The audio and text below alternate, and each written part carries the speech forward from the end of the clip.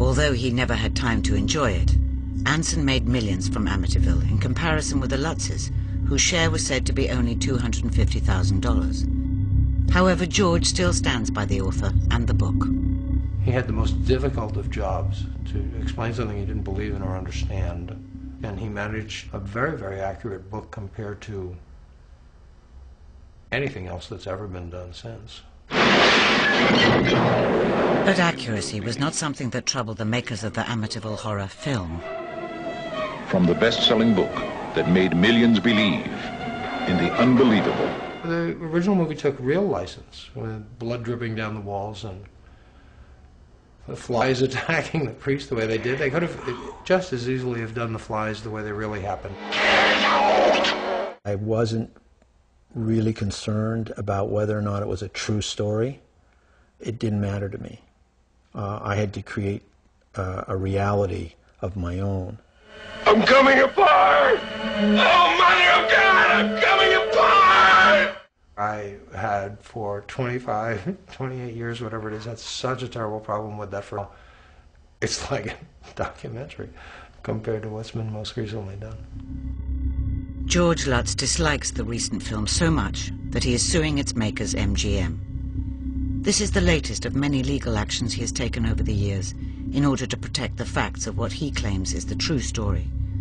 And since Kathy Lutz's premature death earlier this year, he must now do this alone. She and I experienced this together, and we moved past it together. And we tried to explain it to the world, if you will, together. Her passing means I lost my partner of that experience. That doesn't give license to anyone to create some kind of revisionist history now of what she had to say while she was alive. But there are some who say that Kathy's death is the most recent example of the evil influence of the house in Amityville. One of the things that happened to her in the house is she looked into the mirror and she saw this old lady in the mirror. She died in Phoenix of a disease, of a respiratory disease that caused her to age about 30 years. So when she passed away, she really looked very old. It affected Ronald DeFeo one way. It affected the Lutzes another way. It affects everybody that goes into that house. There have been a lot of other things that have happened during this case where unusual deaths, but you know, it's got to be attributed to coincidence, nothing else. People want to believe there's something supernatural. There's something beyond just us. There's a heaven.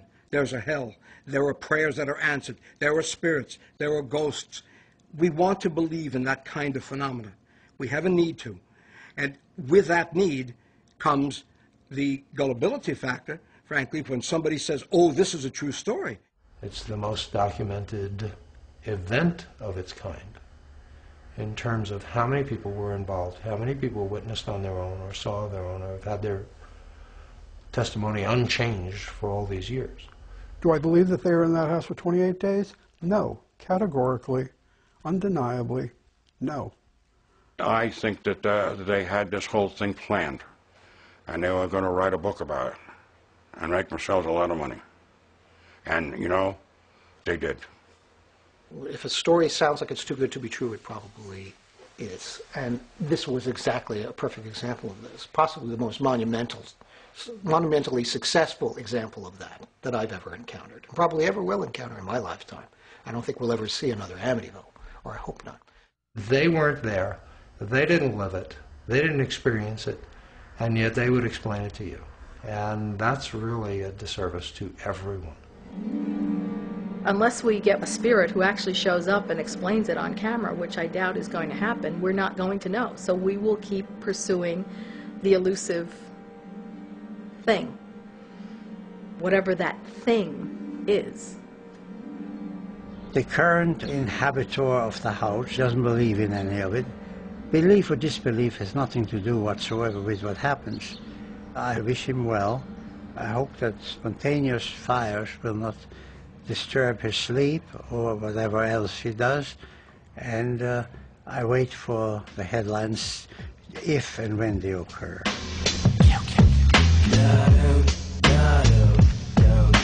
There's more real-life horror tomorrow with The Real Vampire Chronicles at 5 to 11. Next, Jamie Lee Curtis stars with her mum Janet Lee for the first time ever in the John Carpenter horror, The Fog.